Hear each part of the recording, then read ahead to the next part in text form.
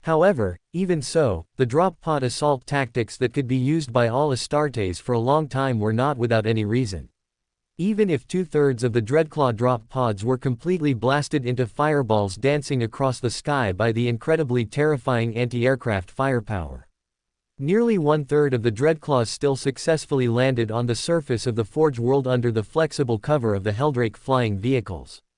Boom boom boom. And accompanied by the heavy metal hatch doors of the Dreadclaws, deeply embedded in the ground, suddenly opening outwards.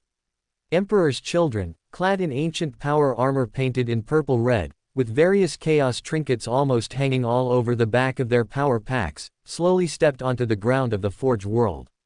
Whoosh whoosh whoosh. But at this moment, a Raven Guard squad that had been conducting investigation activities in a nearby Forge factory on the front lines, quickly revealed their tall figures from the shadows.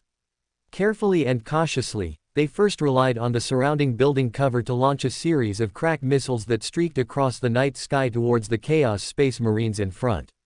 Subsequently, subconsciously gripping their bolters and power claws, the group quickly unleashed shadow walking, launching a silent and furious assault on those damned Chaos traitors from the shadows of the surrounding buildings. Aha! The next second, an Emperor's child, bombarded by a large number of bolter rounds and staggering backward, could not help but let out a cry of strange pleasure from inside his broken purple helmet. Even though half of his thick arm and most of his ceramite chest armor had completely disappeared. The other party still roared and brandished the demon weapon in his remaining palm, charging head-on towards a Raven Guard who had just leapt out of the shadows.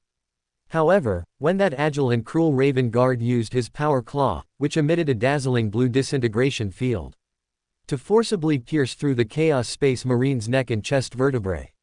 Even the Emperor's child, who had been strengthened by the power of chaos, had to drink his hatred on the spot, his entire broken body crashing heavily to the ground. Buzz buzz buzz. However, at this moment, accompanied by an extremely ear-piercing, even visually perceptible, booming sonic wave, the Raven Guard, who had just successfully killed a Chaos Space Marine, was completely enveloped in a continuous stream of terrifying sound waves. Just a few seconds later, the Raven Guard, who had almost directly endured a sonic wave attack, instantly exploded from the inside out. A large amount of scarlet blood mixed with viscous internal organs and broken ceramite fragments of power armor scattered on the surrounding ground. Thump thump thump. Subsequently, a noise marine, with thick metal pipes extending from the disgusting flesh inside the purple-red power armor, slowly walked out of a Dreadclaw, holding a more bizarrely shaped sonic blaster cannon. At this moment, fierce clashes between the Raven Guard and the Emperor's children were constantly replayed on the surrounding ground.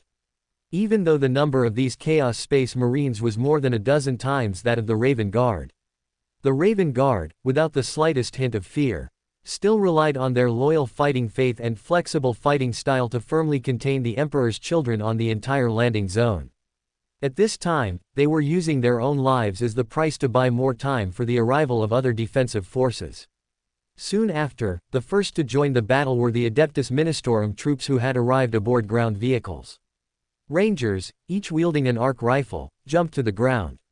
While firing their guns, they desperately covered those ground vehicles carrying heavy arc cannons as they charged head-on towards the Chaos Space Marine battle force. Rumble. Accompanying the harsh sound of countless heavy tracks crushing the ground, and the roaring rumble from powerful engines. Chimera armored personnel carriers, suddenly accelerating, rushed to the front lines of the battle. One of the chimeras directly crushed a Chaos Astartes, who had no intention of dodging, beneath its tracks, grinding his ceramite armor. With terrifying weight, it forcefully turned the grinning enemy into a pool of flesh and blood smeared between the tracks and the ground. Buzz, buzz, buzz. At that moment, sonic blasters from the palms of several noise marines blasted the charging chimera armored personnel carrier and many of the Ecclesiarchy Vanguard troops following behind it into exploding masses of gore. Even the crew hiding inside the thick armor plating was not spared.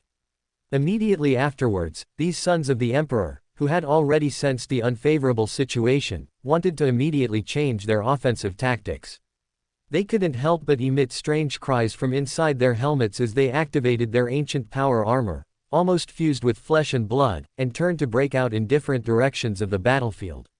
At this moment, whether it was the Raven Guard combat squad with only 3 members remaining, or the Ecclesiarchy Vanguard troops who had just arrived on the battlefield. Utterly loyal, they quickly stepped forward, trying to entangle these Chaos Astartes, preventing the enemy from infiltrating deep into the Forge world and causing even greater damage to the entire Triferos. Thud, thud, thud, accompanied by a series of heavy footsteps approaching from afar. Several combat squads of Carcharodons, like speeding metal trains, revealed their towering figures. Passing through the Ecclesiarchy Vanguard troop formation, they casually picked up chainswords or chainixes from the back of their power packs. Without any hesitation, they launched a silent and terrifying attack on the Chaos Astartes within their visor range. In the blink of an eye, the overall number of the Emperor's children rapidly decreased.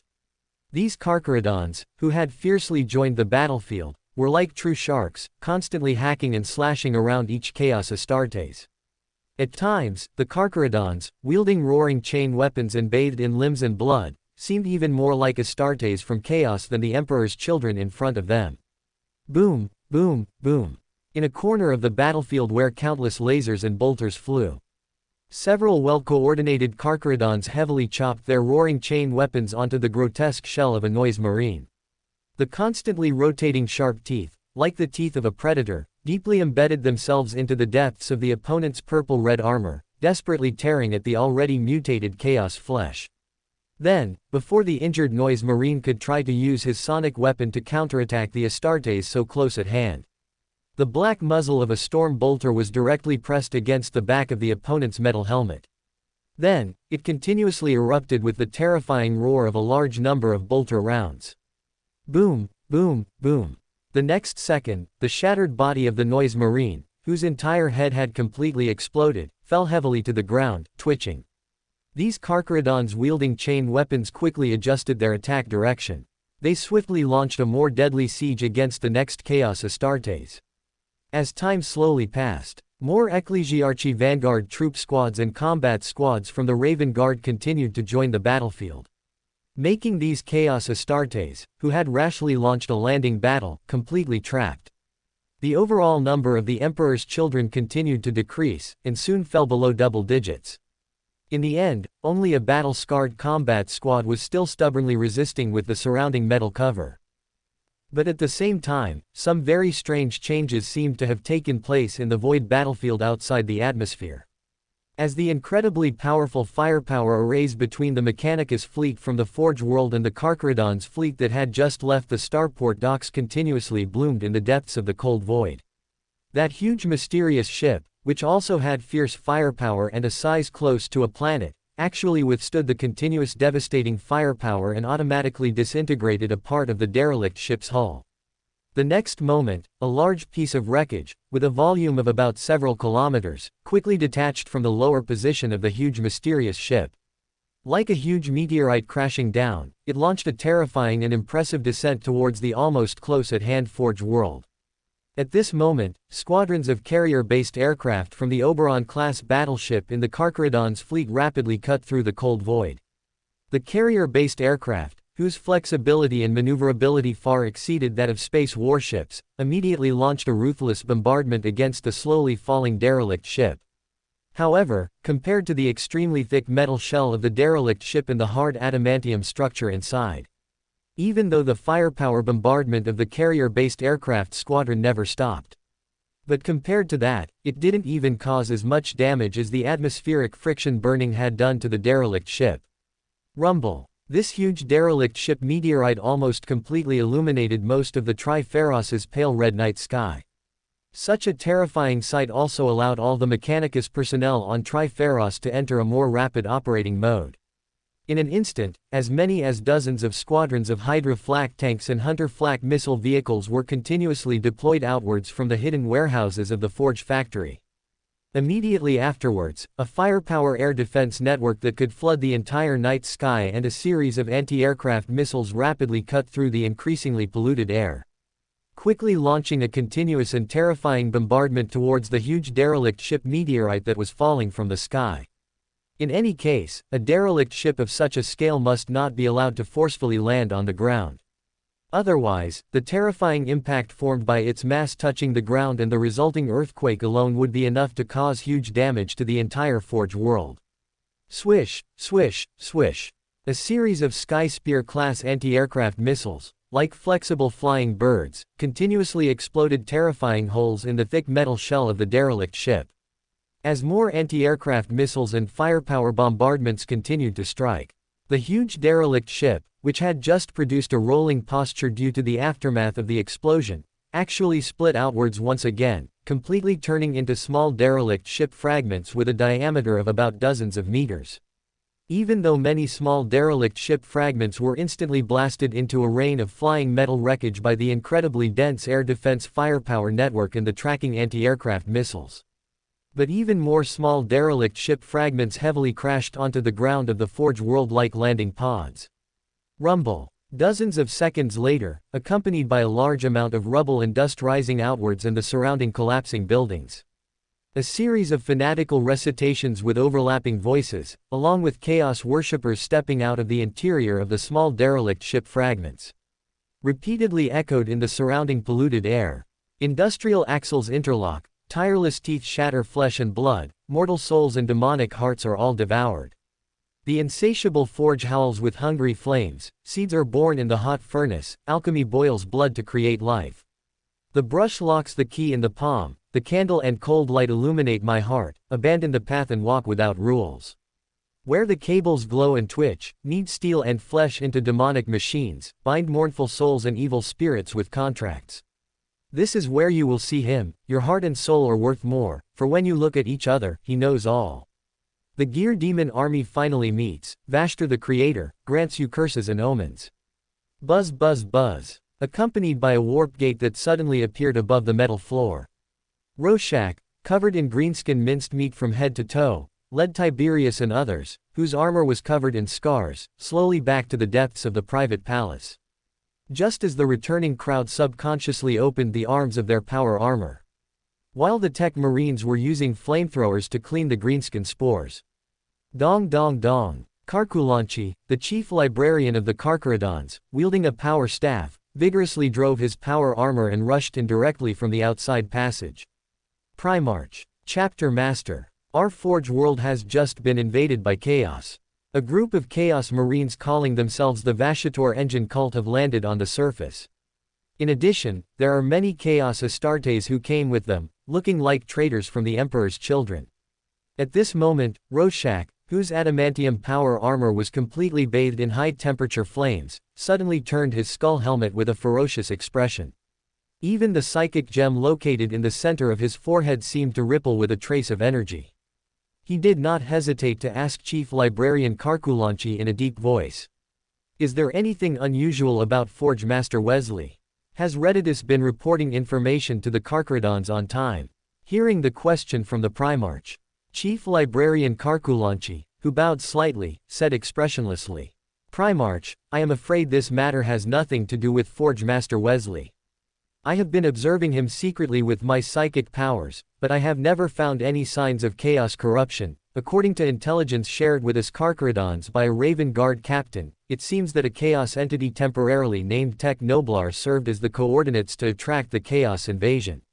As soon as Chief Librarian Carculanchi's words fell, Rorschach, who slowly drove his adamantium power armor out of the high-temperature flames, casually drew the blood scythe and the breaker of forges from his back. He turned his skull helmet, his eyes staring through the lenses at Tiberius and the Terminator Guard, who were being scorched by the high-temperature flames, and ordered to the surrounding people in a deep voice. Mobilize the entire Carcharodons chapter to join the battlefield, and recall the Raven Guard scattered throughout the Forge world. Summon the Imperial Army Auxilia, Devours, as well, and let them assist the Adeptus Mechanicus to block the Chaos Marines battle line.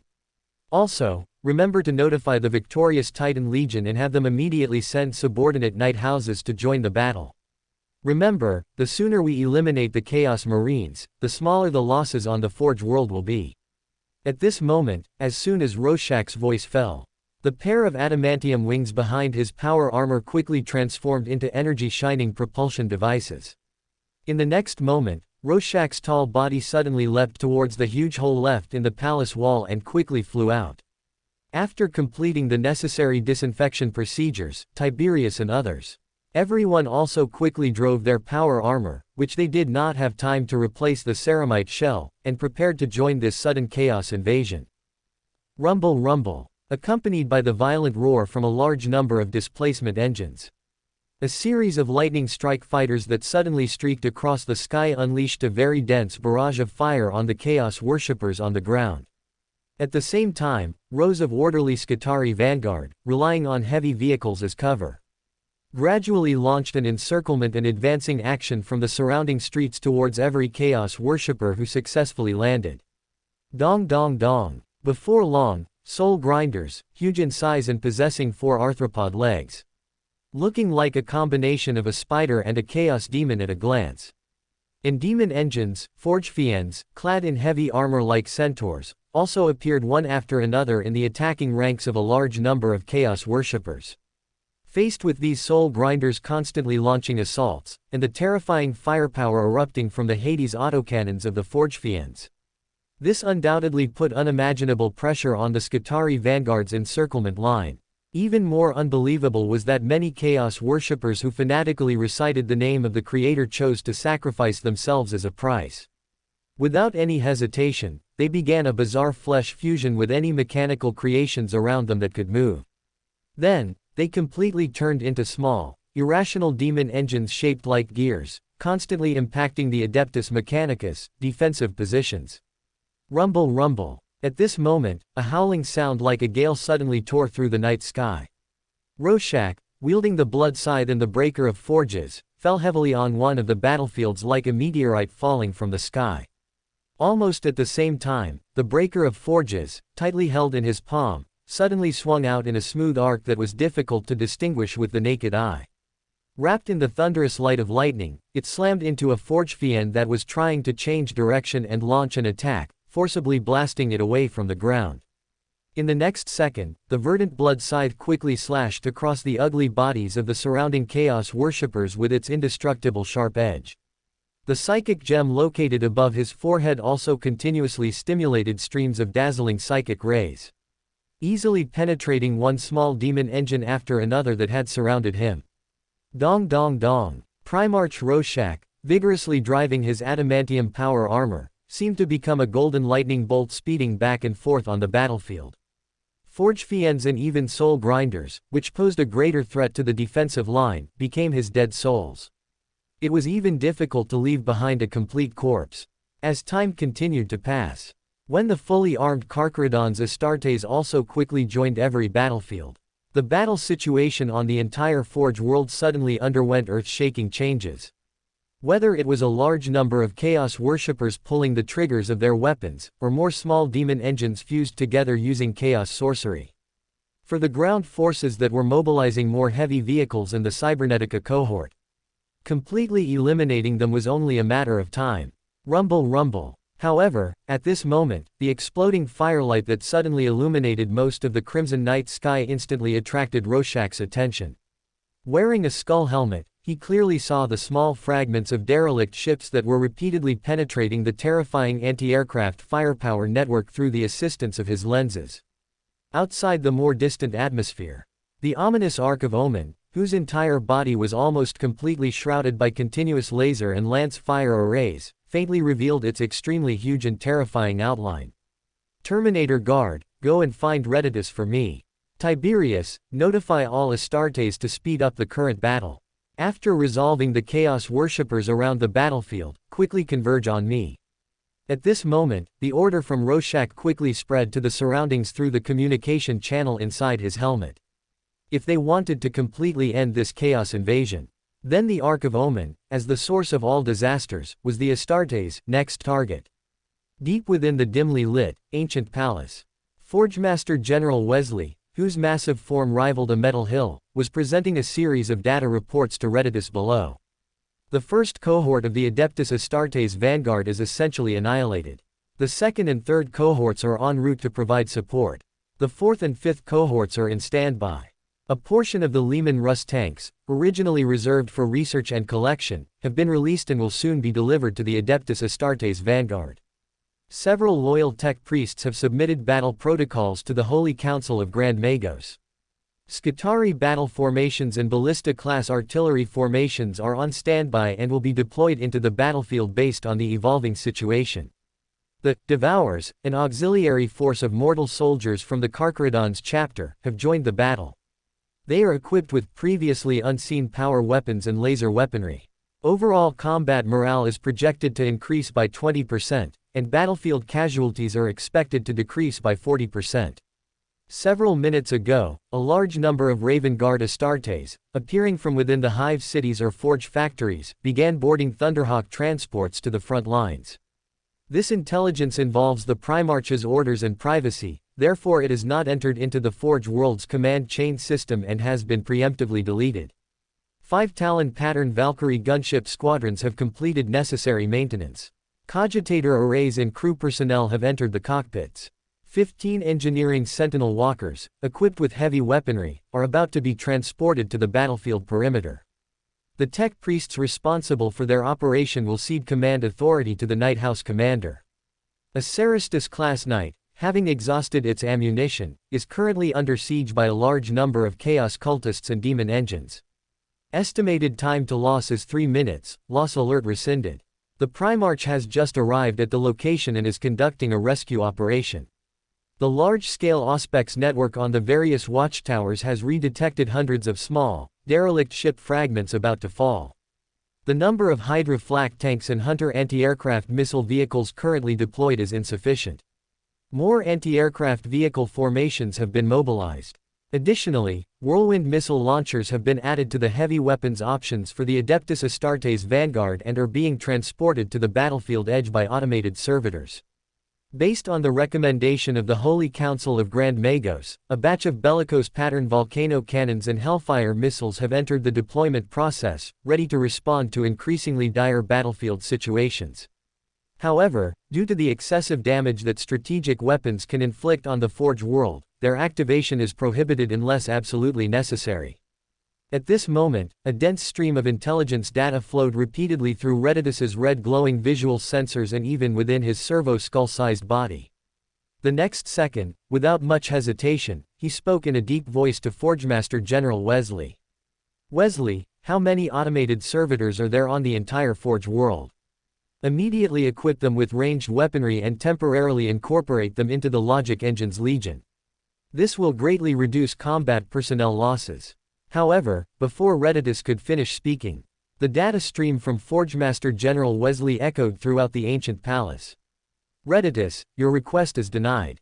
Even though the total number of automated servitors already activated and yet to be deployed approaches 500,000, which could greatly alleviate the Forge world's combat losses, according to the ancient, Crimson Accords, all Adeptus Mechanicus personnel are forbidden from researching abominable intelligence and related technologies." Forgemaster General Wesley's response caused the red light in Reditus's eye sockets to flicker faster. He shook his pair of mechanical small hands back and forth, retorting, "Damn it, how many times do I have to tell you guys that weak artificial intelligence is not abominable intelligence? It's a one-way logical thinking similar to the cogitator arrays, and there's no risk of a machine rebellion. Request denied. Based on existing data and the special tactics displayed by Chaos cultists, if a large number of automated servitors are rashly added to the battlefield, there is an estimated 60% chance that they will become an asset to the enemy. After the unexpected appearance of the first demon engine based on a Chimera armored personnel carrier, I already recalled all the Logic Engine's legions from the battlefield to prevent them from adding more chaos to the situation. Furthermore, Reditus, if you don't want to relive the tragic fate of being exiled by Mars, my advice is to not continue delving into abominable intelligence. Violating the Crimson Accords, even if you have the Primarch as a shield this time, once your research exceeds the limits that Mars can tolerate, I fear that even the ethereal Omnisaea cannot save you." At that moment, Forgemaster General Wesley's words of warning made Reditus pause slightly. The red light in his eye sockets flickered rapidly as he asked the other party anxiously, "Wesley, what do you mean by this? I swear I've never even been to Mars. How could I have been exiled by Mars? Could it be that you know something I don't know? But how is that possible? Ever since I was personally resurrected by the Emperor, I remember everything clearly, even the small things like stealing mechanical parts from my teacher when I was a child. Hey, tell me the truth, are you getting old and confusing me with someone else? In the face of Reditus's somewhat agitated expression, Forgemaster General Wesley slightly shook his massive mechanical head. A pair of mechanical small eyes seemed to focus on the other party. He said unhurriedly, Reditus, back then, even the descendants of a Forgemaster General would become students of the teacher, so how could you, as the most outstanding inheritor of the other party's ideas, be merely a tech priest? However, this is not something you should know right now. According to the Primarch's deployment orders, Reditus, you need to go to the front lines now. According to my data calculations, there is an 80% chance that you will assist the Primarch in launching boarding actions. Wesley, you. Momentarily speechless, the red light in Reditus's eye sockets gradually returned to normal from flickering back and forth. Without turning his head, he activated the anti-gravity engine and returned to the miniature Night Titan that was opening outwards. As the silver skull protection device, crafted from vibranium, was about to cover him, Reditus said in a low voice, Wesley, I hope that when I return successfully, I can obtain the necessary truth from you, even if these truths may drive me insane, but that is also the experience and memory I once had as a human. The next second, the miniature Night Titan, with its powerful engine roaring inside, quickly activated its lower body, which had transformed into treads, and sped away from the ancient palace. After the engine roar of the miniature Night Titan completely disappeared, Forgemaster General Wesley, resembling a metal hill, seemed to unconsciously let out a soft sigh filled with mechanical anomalies in the ancient palace. The instigator of the Martian Civil War, the master of the change-seeking collective, the founder of the Crimson Accords, old friend, never let those old guys on Mars know that you are still alive, otherwise, even the Primarch cannot save you.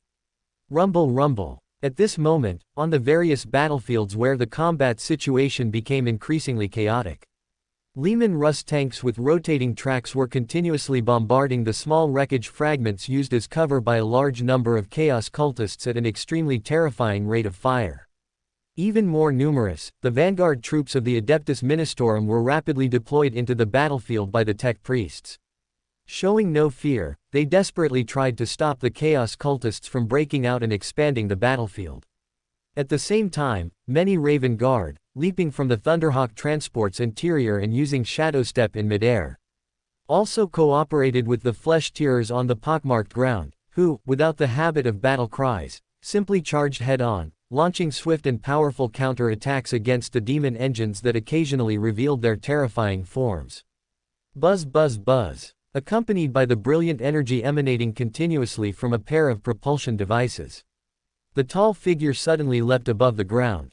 Holding the blood scythe and the breaker warhammer, which were dancing back and forth in his palm, Rogar delivered a terrifying, unstoppable momentum. He forcefully swept away a large number of Chaos cultists fused with mechanical cables and other creations on one battlefield. The next second, before the splattering blood and minced meat could cover the light golden vibranium power armor, metal rings, humming and large in number, and psychic rays capable of melting the thick outer shells of demon engines, were also being unleashed by Rogar, constantly emitting terrifying power that was difficult for the Chaos enemies to resist. Squeak squeak squeak. When Rogar, who had fallen heavily from midair, slammed on his magnetic boots, a familiar mechanical voice immediately transmitted from the communication channel to his ears. Primarch, I have arrived on the battlefield. What are you planning to do next? At this moment, Rogar, hearing Reditus's words, took a deep breath. He said to the other party in a deep voice without hesitation, Reditus, you should have brought the temporal platform's experimental teleportation device with you before you came. Immediately try to calculate the internal coordinates of that plague arc. I want to lead the Astartes in a large-scale boarding action. As soon as Rogar's voice fell, the mechanical voice from Reditus quickly transmitted back. Primarch, rashly using the temporal platform for teleportation without any basic experiments is too dangerous. Although the teleported object will not fuse or overlap with any matter due to the safety correction technology of the teleportation function, if the coordinate calculation is wrong or there are limitations of the teleportation technology itself, all Astartes, including you, will be thrown into the cold void. In that case, there will be no difference between you and a human-shaped target thrown directly in front of the enemy. However, at this time, Rogar, wearing a skull helmet, suddenly turned his head. A psychic ray, with the Mind Stone as its main body, that was suddenly launched, quickly penetrated a small demon engine that was sneaking around trying to launch a sneak attack. The next second, Rogar's voice, devoid of emotional fluctuations, roared in a low voice to Reditus in the communication channel. Reditus, this is an order. Execute it immediately. If you don't want me and my Astartes brothers to die on the spot in the void, then use 200% of your energy to calculate the teleportation coordinates. Remember, I always believe in your abilities as a tech priest, understand? Omnizeia be praised, if something happens to you by accident, even if the Emperor doesn't come looking for me, David, that guy will tear me apart alive. Come on, Primarch. Let's gamble. Emperor protect. God of machines protect. At this moment, Reditus, whose inner emotions seemed to have been completely ignited by Rogar's words, quickly entered a state. He responded to Rogar with excitement. Rogar, who suddenly drove the propulsion device behind his vibranium power armor and flew into midair, also immediately issued an order to all Astartes through the communication channel. Divide about 2/3 of the Astartes present and gather in the direction where Reditus is located. Whether it's the Flesh-Tearers Void Brothers or the Raven Guard's Battle Brothers. Tiberius, you lead my Terminator Guard to take over the command authority of the ground battlefield, leave the battle here to you. The next second, Rogar's tall figure suddenly drew clear traces in the light red night sky as he evaded the concentrated fire from many demon engines, while flying rapidly towards Reditus's location. Boom boom boom. When Rogar, wrapped in howling wind and a strong bloody aura, successfully arrived at the designated location. The miniature Night Titan, 5 meters tall, personally controlled by Reditus, had already flipped out a metal module, about half a meter in length, width, and height, from inside its huge mechanical body.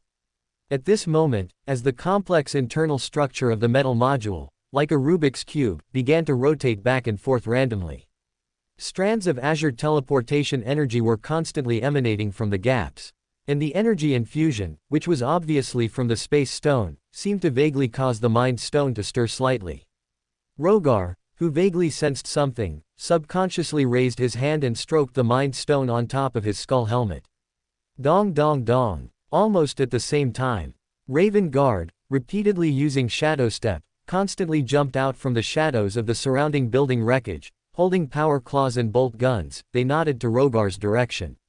And many Flesh-Tearers, whose broken power armor was covered with a large number of cracks and enemy blood, were also carrying chainsword weapons covered in minced meat, and quickly arrived beside the Primarch like rampaging steel chariots. Primarch, Raven Guard 1st Company, currently 36 present, more Battle Brothers are still fighting inside the battlefield. Flesh-Tearers, 3rd Company Captain and 51 Void Brothers, are ready to follow the Primarch's orders at any time.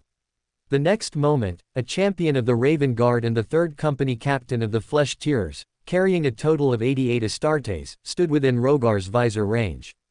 Very good, brothers, I won't say any extra words, we are now going to carry out a very risky boarding action. The mission objective is to completely destroy that huge plague ark, and wipe out the Chaos Cultists and possible Chaos Astartes on it. Rogar, wearing a skull helmet, said to everyone. He extracted a considerable number of melta bombs from the simulator's storage page on the spot and threw them in front of everyone. Judging from the current combat situation, this is a one-way ticket with no return. All of you may never see the sunlight of the next dawn, but this is our ultimate destiny as the Emperor's angels, as Astartes. Astartes, tell me, what is your duty? To dedicate ourselves to the will of the Emperor, Void Father, Primarch. Astartes, tell me, what is the will of the Emperor and the Primarch?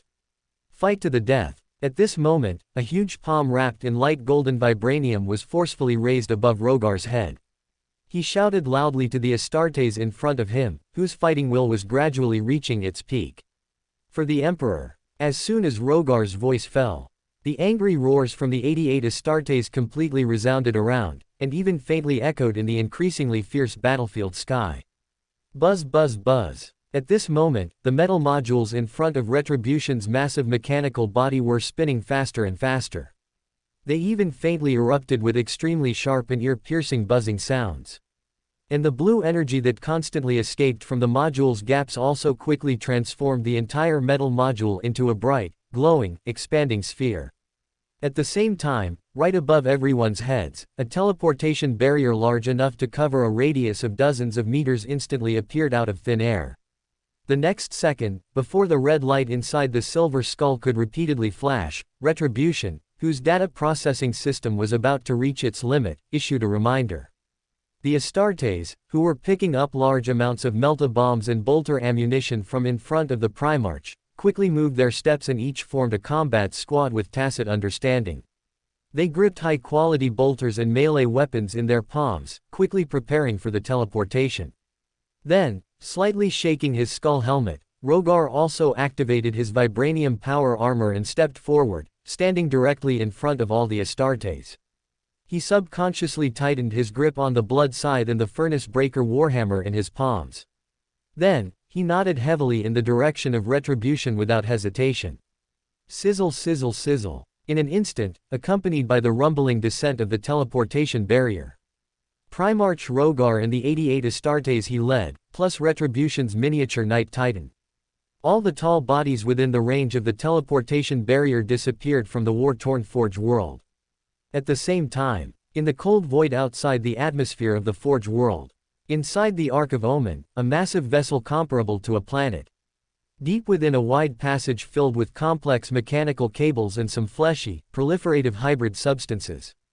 Rogar, wearing golden vibranium power armor and wielding the blood scythe and furnace breaker warhammer, along with a mixed squad of 20 Raven Guard and Carcharodon's Astartes, were quickly teleported out by a teleportation barrier that suddenly appeared in the turbid air. Thump! As soon as Rogar's pair of heavy magnetic boots touched the dirty metal floor inside the Ark of Omen, his skull helmet quickly received an unknown and vague communication link. Primarch, success, no casualties, but due to unknown interference, everyone scattered. Inside the Ark of Omen, there are also many Chaos Astartes, don't run. At this moment, Rogar, wearing the skull helmet, seemed to take a deep breath. Without even thinking, he knew that this must be a communication report from Retribution. Judging from the other party's intermittent words and the unknown environment he was currently in, this very risky boarding teleportation was undoubtedly a success. However, due to the unknown interference or some special characteristic of the Ark of Omen, all the Astartes who successfully boarded were scattered and teleported to other locations inside the Ark of Omen. However, in Rogar's view, although the troops could not join forces temporarily, it was not without its advantages. After all, Astartes were good at this kind of deep infiltration special operations, and similar boarding situations were even more commonplace for the Carcharodons. The only problem was that the Astartes who entered this place for the first time might be led into certain traps by the Chaos enemies who were more familiar with the combat environment, causing greater casualties. But as Rogar said in his pre-battle speech, this was just the ultimate fate of all Astartes, to fight to the death. Thump thump thump. Rogar, whose mind was racing, suddenly activated his vibranium power armor. Moving his magnetic boots, he did not hesitate to start advancing towards the dark and wide passage ahead. The 20 Astartes, holding bolters and melee weapons, also quickly switched from the previous alert state to a combat state. They quickly turned around and followed behind the Primarch. Da da da. Just then, Rogar faintly heard a burst of noisy footsteps from deep within the dark passage. Judging from the stride of these Chaos enemies and the light and heavy sounds of their feet stepping on the metal floor, they were obviously not Chaos Astartes. May the machine god protect our flesh and blood bodies. May the Lord of Forges forge our broken souls. The next second, a group of Chaos cultists with extremely fanatical expressions, constantly chanting the prayers of the Creator, waving various demonic weapons that were almost fused with the flesh of their palms, launched a fearless death charge towards Rogar and the others. In an instant, extremely hot red lasers and large-caliber solid bullets flew across the air of the wide passage. While illuminating the surrounding dim environment, they also focused almost all of their firepower on Rogar's most conspicuous vibranium power armor. Thump thump thump, accompanied by the booming sound of magnetic boots stomping back and forth on the metal floor. Rogar, slightly lowering his thick arms, instantly tightened his grip on the blood scythe and the furnace breaker warhammer in his palms. He suddenly activated the undamaged power armor on the vibranium shell. The whole person was like a huge road roller with meat grinder teeth mounted on its rollers. He launched a terrifying charge at the Chaos cultists in front of him, who were densely packed but had no intention of dodging. Boom boom boom. At the same time, the bolter fire from the 20 Astartes also exploded inside the surging crowd of Chaos cultists, creating more gorgeous blood-colored explosion flowers, and even the flesh and bone fragments or exploding shrapnel that splashed out quickly caused even more serious damage. After all, the flesh and blood bodies of the Chaos cultists were not Chaos demons condensed from the power of the warp. And even a group of Chaos demons, facing such dense bolter fire and the charge and slaughter of a Primarch, would probably not be able to hold out for long. Rumble. Accompanied by the vague trajectory and buzzing vibration of the furnace breaker warhammer, which resembled a large pipe wrench, suddenly tearing through the air. Dozens of Chaos cultists closest to Rogar were instantly and quickly penetrated by the terrifying lightning snakes constantly fired from the warhammer, completely burning into pools of charred, brittle, twisted corpses. And the blood scythe in the Primarch's other palm also suddenly drew a bright trajectory of dazzling green light in the air. Immediately, it unleashed the blood-draining ability inherent in the weapon. Repeatedly and forcibly extracting large amounts of scarlet blood from the bodies of the Chaos cultists further away, turning these Chaos cultists, who were screaming miserably, into stiff, desiccated corpses that were withered inside and out. Thump thump thump. Just as Rogar, wielding melee weapons in both hands, was rampaging among the constantly surging Chaos cultists. About 100 meters away, deep in the wide passage, a Chaos cultist holding a meltamine in his arms, under the desperate cover of many Chaos cultists willing to die. With an extremely ferocious expression, he repeatedly moved his steps, charging towards Rogar's position for the final assault. HMPH. However, at this moment, Rorschach, who seemed to have already sensed the other party's small movements from afar with his beast-like senses, slightly turned his skull helmet. The mind stone in the middle of the skull helmet's forehead suddenly lit up. It rapidly fired a thumb-thick psychic ray towards the most threatening Chaos cultist. The psychic ray, which almost no flesh and blood could withstand, instantly pierced through the Chaos cultist's withered arm and the meltamine in his arms. Rumble. In an instant, an extremely terrifying burst of explosive fire rapidly expanded in the wide passage. Even the surrounding metal floor and thick metal walls could not provide much effective resistance, and they were rolled up and deformed or melted into molten liquid. The next second, layers of powerful shockwaves visible to the naked eye, wrapped in incomparably scorching and deadly fire, swept towards everything around. And due to the power compression caused by the special terrain, the first to suffer were naturally the Chaos cultists who were closer to the center of the explosion and had no protective measures.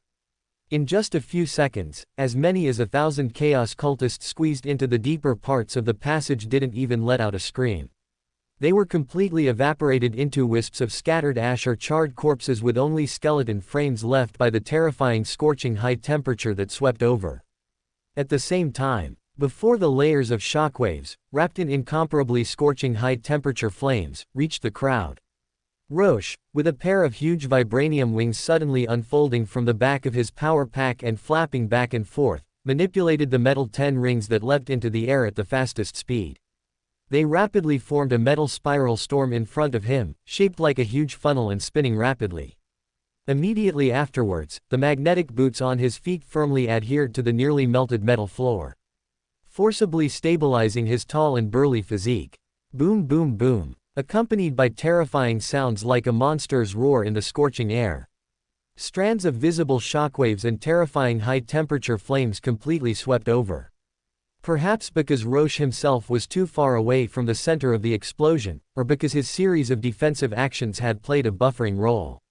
Most of the shockwaves were completely absorbed into the vibranium power armor worn by Rorschach's kinetic energy reserves.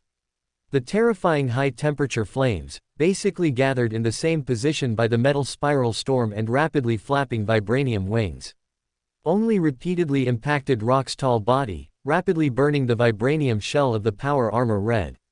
But absolutely not much high-temperature flames and shockwaves could successfully cross the Primarch's desperate obstruction and cause damage to the Astartes standing behind him. "Primarch, my lord, be careful." And after the fire and aftermath caused by this unexpected explosion completely dissipated, shouts from many Astartes were immediately transmitted to Rock's ears. He slightly twisted the skull helmet, which was emitting a dark red afterglow due to the scorching high temperature. Then, Roche took a deep breath and looked down to inspect the vibranium power armor, whose scorching temperature was rapidly receding. "It's okay, battle brothers, I'm not going to die." Everyone immediately reorganizes into battle formation. "Continue to attack with me." The next second, Roche re-tightened the blood scythe and the furnace breaker warhammer between his hands. He said in a deep voice to the Astartes without turning his head. Afterwards, the prepared group quickly launched a thrusting action towards the depths of the passage. At this moment, similar fierce battles were also taking place in other locations of the Omen Arc. For example, on a spacious prayer square, a squad of space sharks, who were obviously more adept at frontal assault combat, were personally led by the 3rd Company captain. They desperately drove the power armor covered in battle damage marks, frantically waving the chain weapons in their palms, which were buzzing with motors and covered with a large number of flesh and blood fragments on the saw teeth.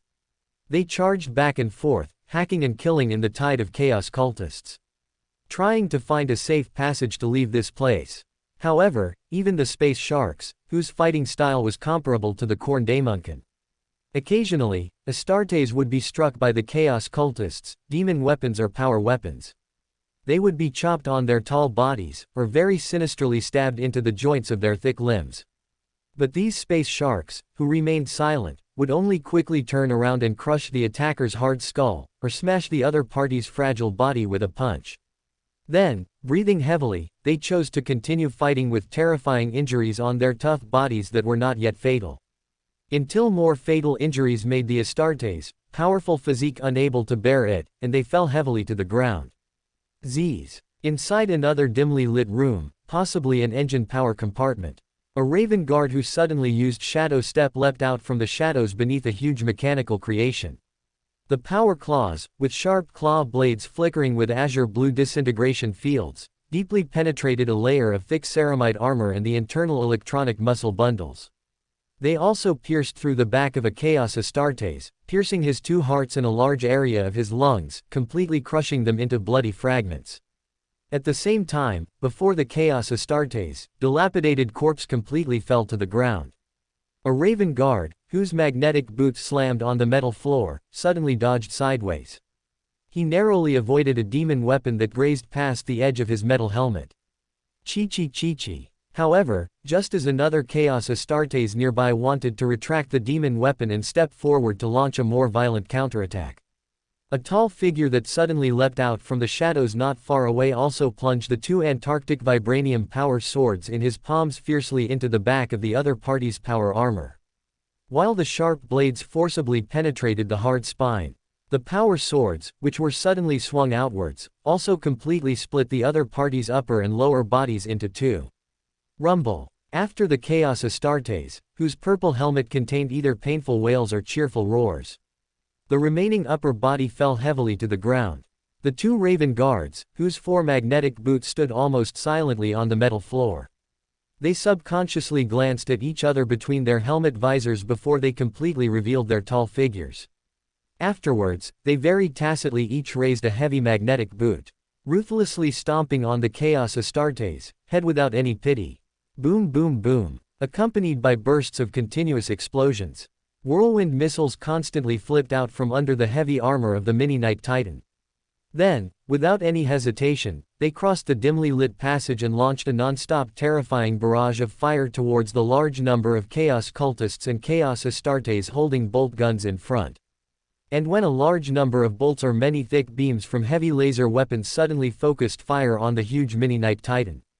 Buzz buzz buzz, along with the low hum that suddenly erupted from several high-power shield generators. An extremely thick azure blue energy shield completely enveloped the Mini-Knight Titan controlled by Redidus.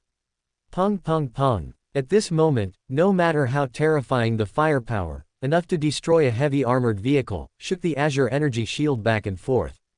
even constantly splashing out escaping energy fragments. This new type of energy shield, which combines the powerful technology of the native world and even some alien technology, has never allowed the repeated attacks of the Chaos enemies to play any necessary role.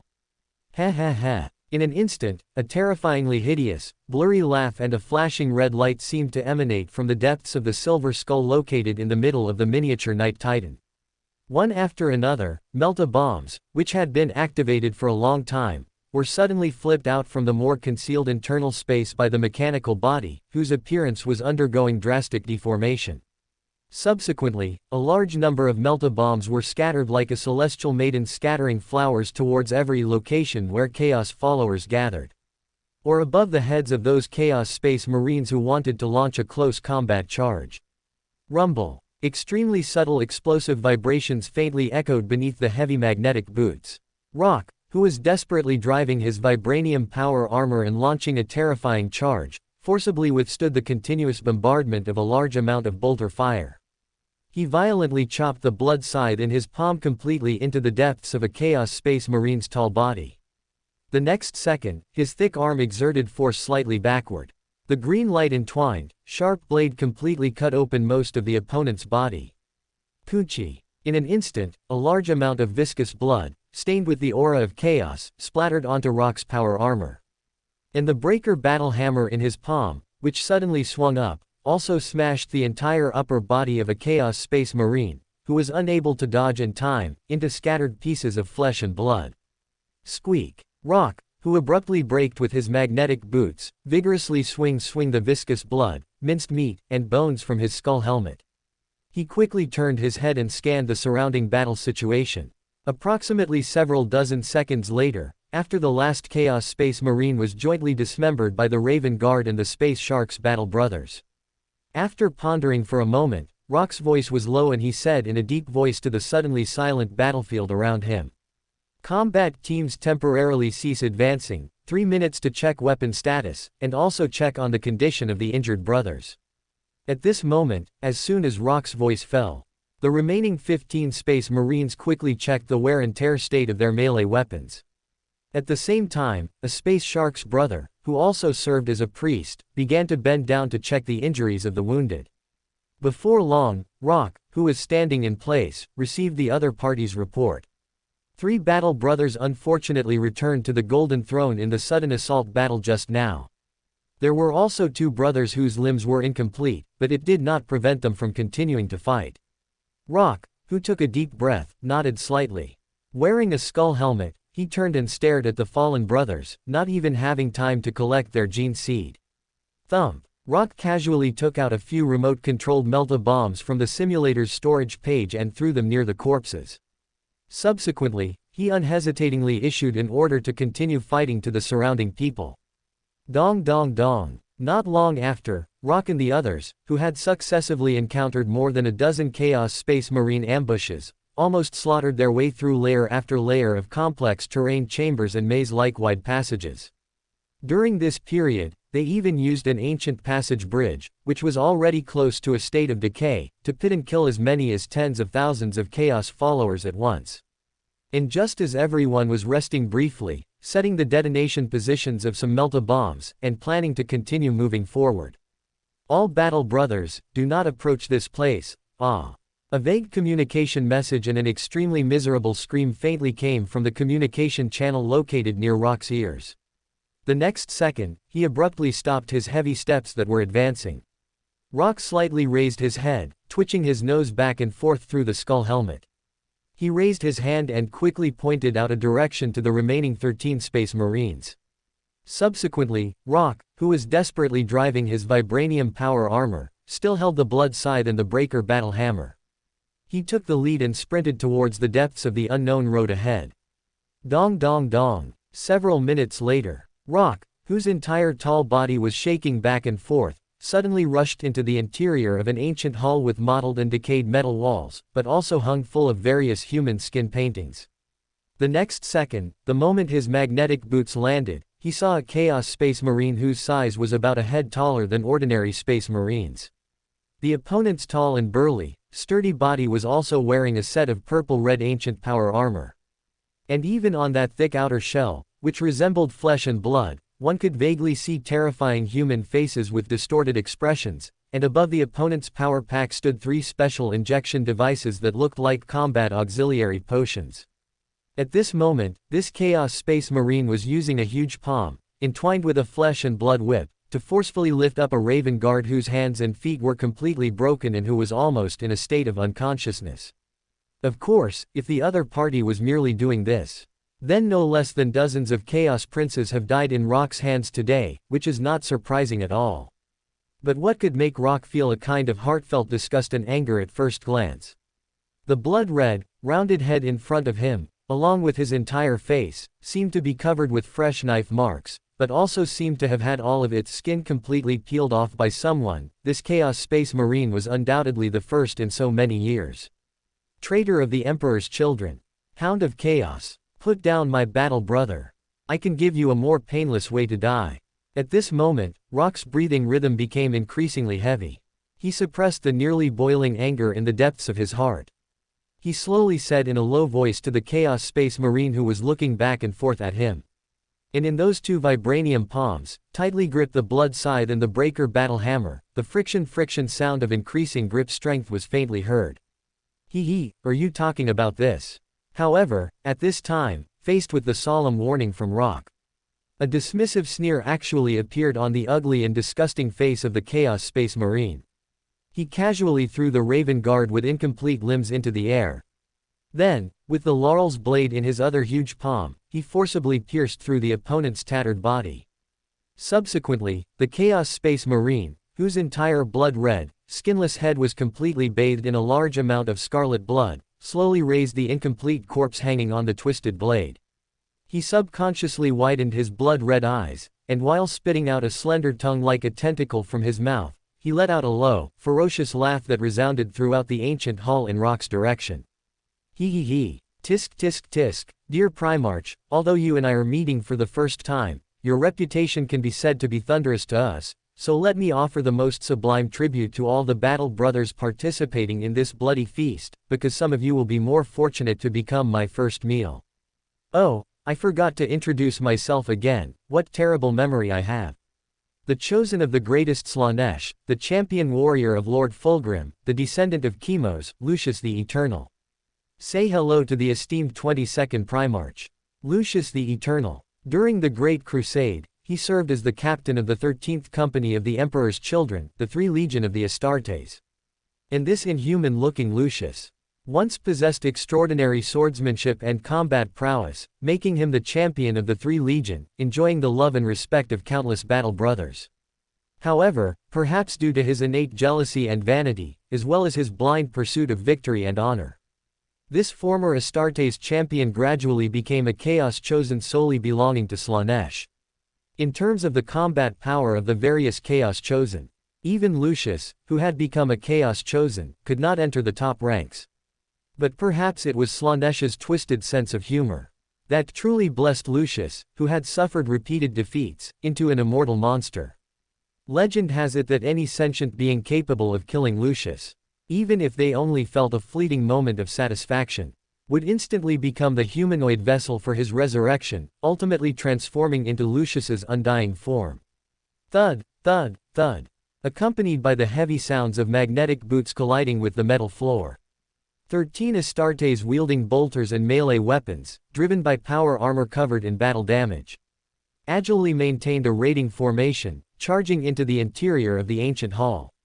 However, before the helmet visors of the group could instinctively turn towards the Chaos Astartes not far from the Primarch, unleashing a continuous barrage of bolter fire. Roxas, whose bloody killing intent was becoming increasingly intense, abruptly raised a power fist, forcibly stopping the subsequent offensive actions of the group behind him. At this moment, Roxas, wearing a skull helmet, took a deep breath. Without turning his head, he said to the Astartes in a deep voice, "Battle brothers, this is no longer a battle you can participate in. Now, as your Primarch, I order all of you to retreat from this place immediately. Continue to advance and eliminate other Chaos enemies, and deploy more melta-bombs, preparing to destroy the entire Ark of Omen. Also, find the Battle Brothers scattered in other locations and rendezvous with Leman Russ. If I haven't found you before all the melta bombs are detonated, then do not linger and teleport away from this place immediately. As Roxas's voice fell, urgent sounds from the 13 Astartes quickly reached his ears. Primarch, we are willing to accompany you. To fight to the death for the Primarch. Lord, you. Buzz, buzz, buzz. But at this moment, along with a buzzing vibration that almost resounded throughout the interior of the ancient hall, a series of metal rings suddenly suspended above Roxas's head instantly interrupted the words the group had not yet finished speaking. In the next second, Roxas forcefully inserted the end of the haft of the blood side heavily into the metal floor with one hand, while the other hand firmly secured the breaker of World's hammer behind the power armor.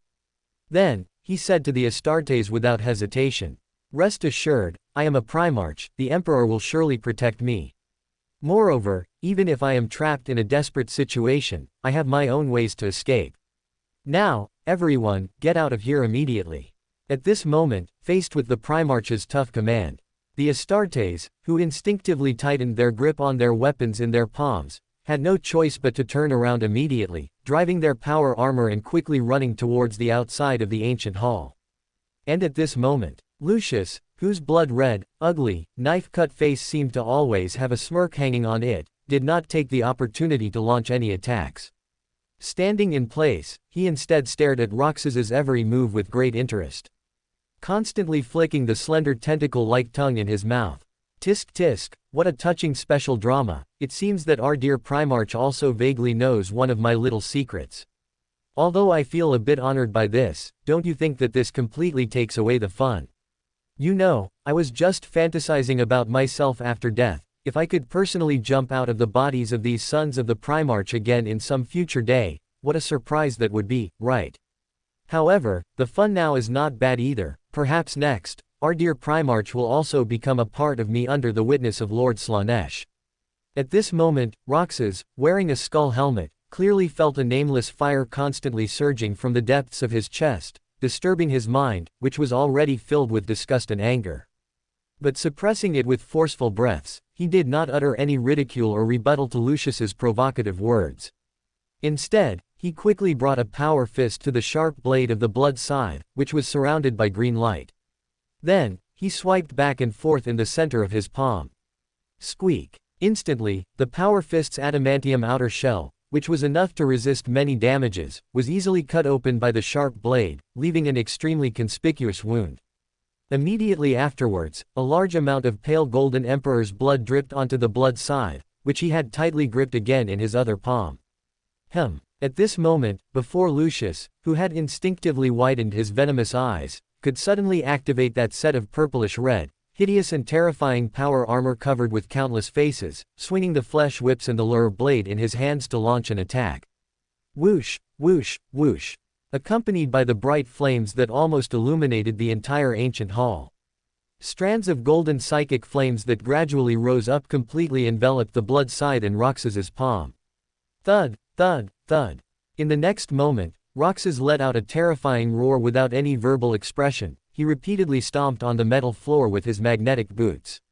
The constantly twisting and deforming ground forcefully propelled the buzzing adamantium power armor, also allowing Roxas to charge towards Lucius in front of him at a rapid pace. And facing a Primarch's terrifying charge filled with bloody killing intent, as well as the blood scythe in the other's palm that seemed to be burning with the power of the corpse emperor. Lucius, whose expression clearly revealed a few hints of fear and apprehension, had no choice but to activate that set of power armor covered with a large number of faces, forcibly colliding head-on with Roxas, who was close at hand. Boom! Accompanied by waves of visible shockwaves constantly rippling out into the surrounding air. Chirp, chirp, chirp. The psychic flame scythe in Roxas's palm heavily slashed behind Lucius's armor spine.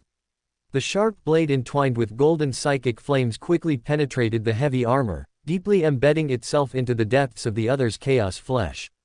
Ah! In the next second, Lucius, who couldn't help but let out a painful roar from his mouth, forcibly endured the intense pain of the terrifying psychic burning. The lure blade, like an insidious viper, also rapidly thrust towards the visor of Roxas's skull helmet. Crack! At this moment, Rox's skull helmet suddenly dodged outwards. The howling blade of Laurel, containing distorted sharp edges, narrowly grazed the edge of the vibranium helmet. The next second, along with a series of low hums from the electronic muscle bundles and servo devices inside the vibranium power armor, Roche, seemingly taking a deep breath, suddenly raised a heavy magnetic boot and heavily kicked Lucius's power armor in the chest and abdomen. Boom! In an instant, the powerful physical strength, which was impossible to resist easily, sent Lucius's tall body flying backwards. At the same time, on the thick metal shell of his body that resembled flesh, the faces that were already terrified seemed to let out slightly shrill screams and wails. And that burning warp energy scythe, which was originally deeply embedded in his armor spine, also, wrapped in wisps of warp energy flames, violently tore open most of his shoulder area, and even splattered a large amount of turbid blood, completely exposing a part of the chaotic flesh tissue inside Lucius's chest cavity. Thump thump thump. Immediately afterwards, Roche, who was rapidly moving his feet, did not give Lucius much of a chance to raise his hand to fight back. His terrifying figure strode forward, and the blood scythe burning with warp energy flames in his palm suddenly slashed through the air, swiftly and heavily chopping down towards the thick arm that the opponent was trying to swing a flesh whip to counterattack. Chi-chi-chi, and with an extremely crisp and subtle sound. The thick arm with the flesh whip wriggling back and forth on the forearm actually cleanly separated from Lucius's tall body. Then it was completely burned into flying ashes by the wisps of warp energy flames rising from the blood scythe.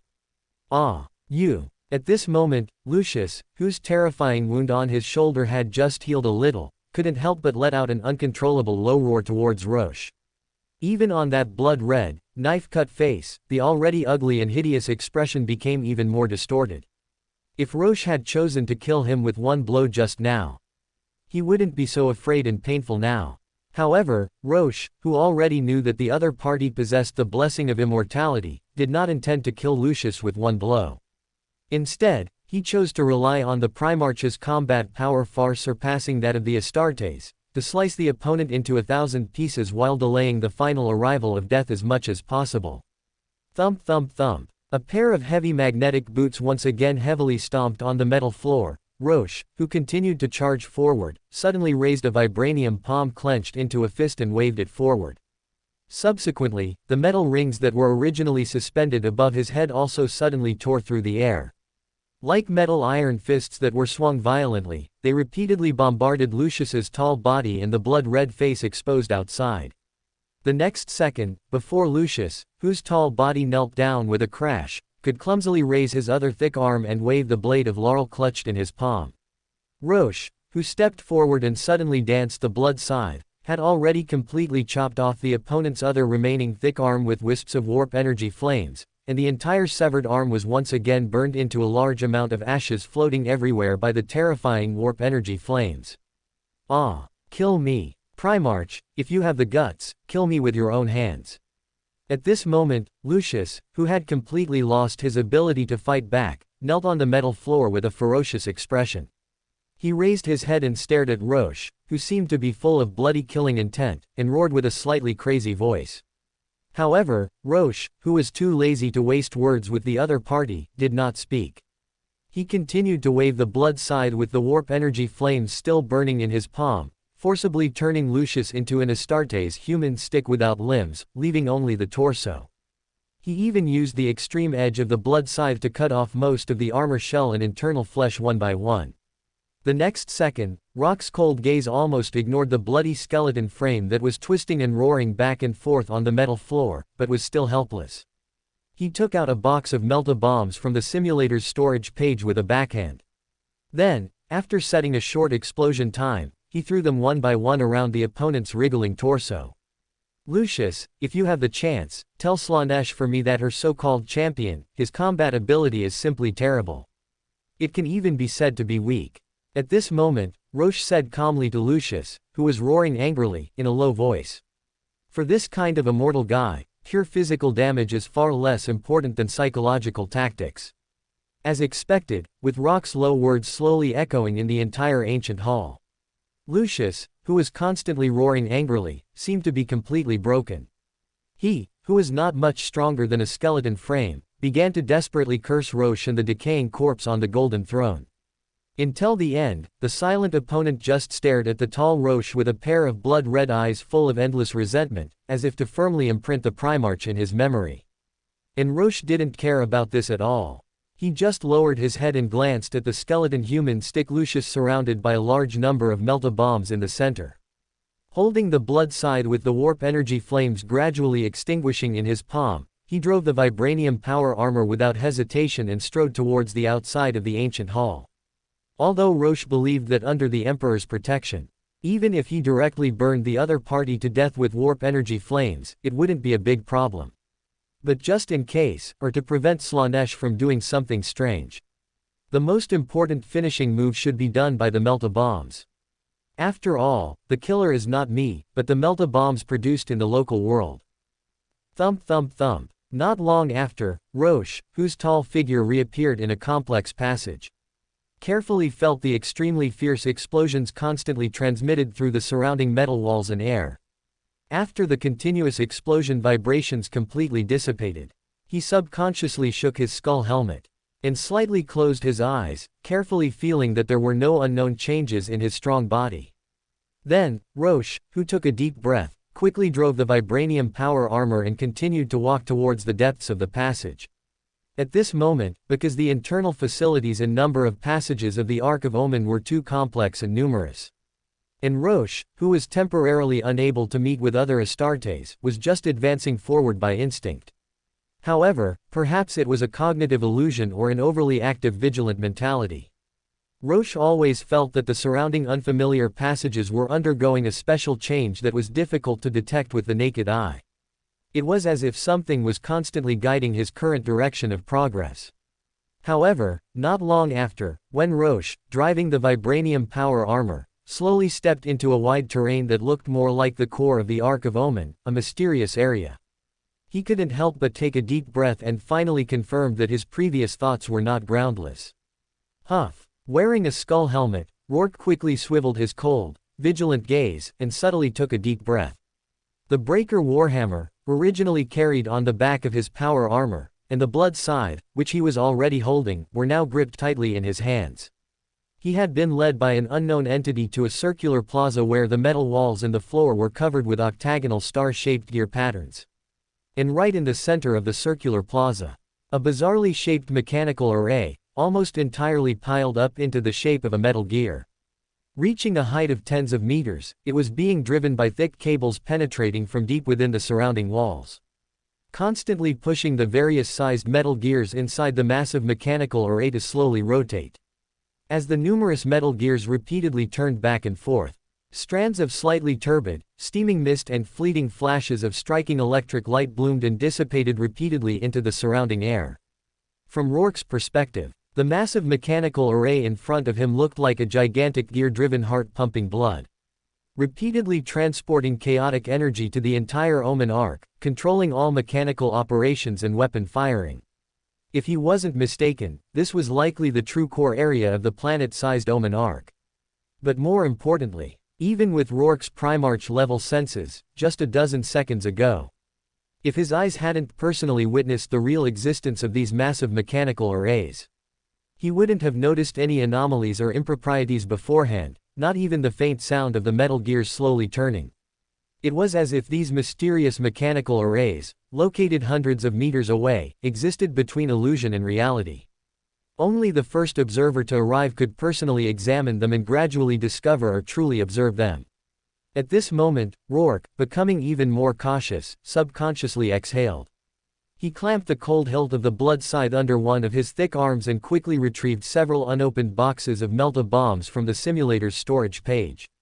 Then, Rourke, clad in his vibranium power armor, scanned the area. He began to toss timed, remote-controlled melta-bombs all over the circular plaza, which was about 1 kilometer in diameter. Soon after, with over 100 melta-bombs evenly scattered throughout the circular plaza, he hung the remote detonator on his waist and slowly moved his magnetic boots. Driving the vibranium power armor, he began a cautious exploration towards the massive mechanical array with its countless rotating gears. Dong, dong, dong. However, just as Rourke re-tightened his grip on the blood scythe and breaker in his hands, and mentally manipulated the metal 10 rings that were slowly rising into the air, intending to find the nearest thick cable to attempt sabotage. Z's, accompanied by a large amount of electromagnetic interference humming from the turbid air. A mechanical voice, seemingly coming from all directions, quickly reached Rourke's ears. If I were you, I wouldn't deliberately damage those energy transmission cables. Even if you are a so-called human primarch, facing an overly pure warp energy burst is not a good thing. At this moment, Rourke, who was stepping forward, suddenly stopped his magnetic boots. He abruptly shook the two melee weapons in his hands, and the slightly rotating skull helmet quickly searched for the mysterious enemy's traces within everything he could see. Caw caw caw. In an instant, inside the massive mechanical array that resembled a metal mountain, countless rotating metal gears seemed to pause slightly. The bizarrely shaped gear machines and the dense thick cables around them began to twist and merge continuously as if they were living things. The next second, a giant mechanical monster formed from a large number of twisted and deformed mechanical arrays and countless gear cables, coalescing into strings of metal nerve nodes, slowly appeared within Rourke's visor. And the other party, having only formed its upper body, seemed to sway its massive head, which was growing two curved horns. On that huge face gleaming with bright metallic luster. From the positions of its hollow eyes and barred mouth, wisps of orange-red warp flames suddenly surged. Greetings, I am the Fabricator General Vashtor, but the Chaos Demons and followers of the high heavens prefer to call me the Lord of the Forge, the Machine God, or the Dark Omnisaea. At this moment, the Fabricator General Vashtor, whose massive head alone was nearly 10 meters tall, looked down at the seemingly tiny Rourke in front of him like a newly awakened terrifying deity. Chi chi chi. Faced with such a huge difference in size with the Chaos Demigod. Rourke, whose skull helmet interior suddenly emitted a low, angry roar, showed no fear. He quickly transformed the vibranium wings on the back of his vibranium power armor into propulsion devices. However, before Rourke, whose back was constantly erupting with brilliant energy, could rise from the ground and launch a flying jump attack towards the Fabricator General Vashtor in front of him. Caw caw caw. With just a glance from the Fabricator General, the vibranium power armor worn on Rourke's tall body immediately transformed from an indestructible defensive armor into a metal cage that made it impossible to move, firmly locking any movement of his thick limbs. Alas, in my countless years of long observation, I have found that you human gene sires are also irritable and easily angered. Moreover, I am not here in my true form, your destruction and annihilation are meaningless to me, and even the conversation between you and me has not yet begun, why be so impatient? At this moment, the mechanical voice from the Fabricator General Vashtor slowly echoed throughout the circular plaza. And as the other party's voice drifted, even the only entrance located behind Rourke was completely blocked by the rapidly rotating metal walls around it. Haha, I have nothing to talk about with you chaos creatures, because we do not share the same path. If you want to personally corrupt me, you can try it. Rourke, who subconsciously sneered, slowly removed the skull helmet covering his head.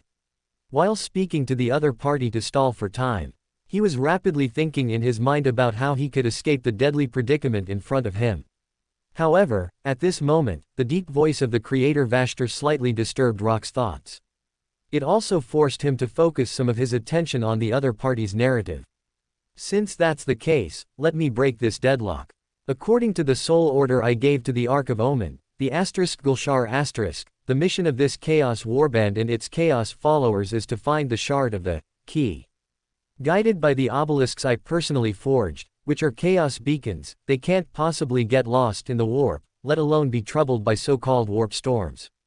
But unexpectedly, or rather, as I expected, the Ark of Omen, the ****, unexpectedly appeared where it shouldn't have, encountering enemies it shouldn't have.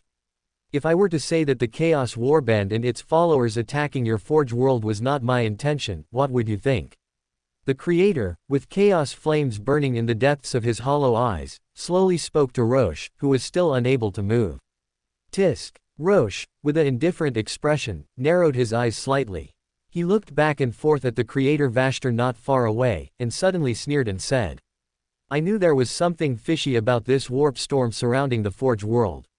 Perhaps your Ark of Omen was directly thrown over by some unrepentant schemer. In that case, could it be that you and that big guy with a bunch of blue-skinned birdmen under his command don't get along? As soon as Roche finished speaking, his mind flickered slightly. He directly opened the simulator's storage page in front of the creator Vashtor. The creator Vashtor, seemingly unaware of the existence of the simulator, tilted his massive head slightly. With chaos flames burning in his hollow eyes, he meaningfully looked down at the tiny Roche below and said, 10,000 years ago, there were only 4 immortal players on the chaotic chessboard of the high heavens, and today, 10,000 years later, your Emperor of Mankind counts as the 5th. The 4 eternal great beings might grudgingly accept your increasingly powerful Emperor of Mankind, but they have never been merciful to the 6th one who tries to peek at the chessboard. And coincidentally, I am the 6th one who wants to become a player in the high heavens, so it is common for me to be secretly schemed against by some birdmen. At this moment, the creator Vashtor unreservedly said to Roche, I am the master of foundries, the arms dealer coveted by countless chaos demons, but I am also a businessman. I never resort to any despicable tricks that violate contracts, a point even the gods of the high heavens have to admit. So, I can modestly admit that I am the most adherent to so-called contractual rules among all the chaos demigods in the high heavens. At this moment, Roche, who had just found something amazing in the storage page, slowly breathed a sigh of relief. But the creator Vashtor's words also made him frown. What exactly do you want to do? Please don't let it be the thought that's in my head right now. Before Roche could finish speaking, the creator Vashtor, who couldn't help but let out a low chuckle, immediately said, Heh, perhaps my whim-driven calculation of probabilities not long ago was not mistaken.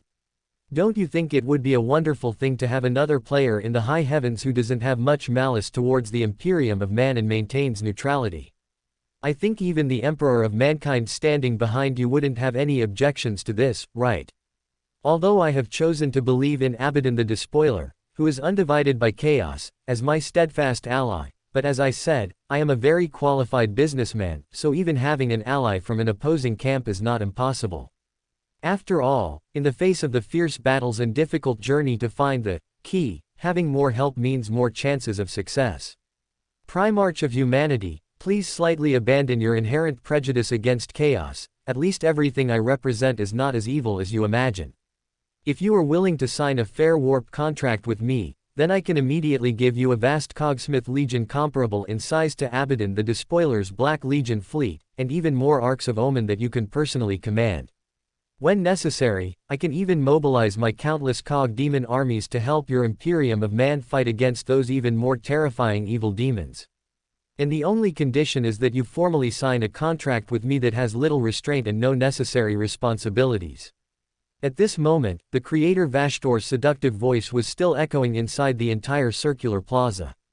But Roche, who subconsciously took a deep breath, widened his eyes slightly. He stared at the incredibly huge monster in front of him, and said in a deep voice, almost word by word. In my eyes, you chaos beings have always been a pile of dog shit. And even the chaos gods are just larger, undigested particles in this pile of dog shit. Do you know that even they have to pay a greater price to win me over and corrupt me? You, a mere chaos demigod, just because you are called the creator by those mindless believers, do you really think you are a great god who can create all things? In an instant, accompanied by the twisted and deformed humming constantly emitted by the countless servo devices and electronic muscle fibers inside the adamantium power armor. Roche, with blue veins constantly popping out between his forehead and neck, clenched his teeth hard. Strands of pale golden blood also began to seep out from inside his lips. Move. The next second, a powerful physical force that suddenly burst out from his body forcibly drove a thick arm that was firmly bound by the armor. Immediately afterwards, the 2 melee weapons in Rock's palm disappeared out of thin air. A Hellfire missile that had already been placed on a single-use launcher suddenly appeared in front of him. And perhaps it was a coincidence in the dark, or perhaps it was a little help from the schemer.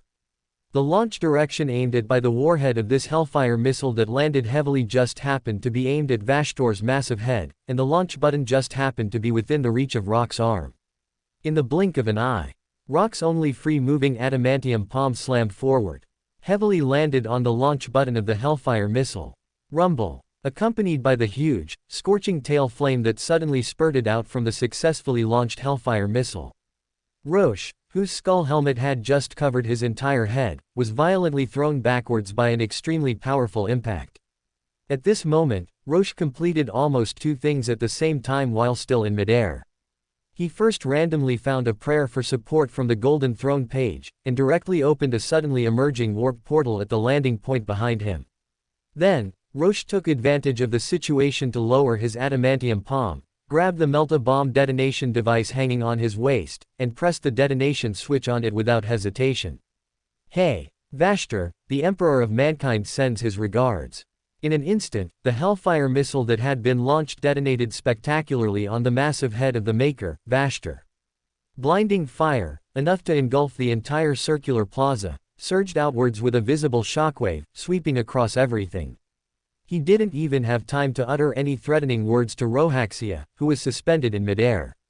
The massive head, constructed from countless gears, cables, and mechanical components, along with the exposed upper body below it, was instantly blasted into a cloud of mechanical debris, scattering wildly across the sky by the Hellfire missile's terrifying explosive force.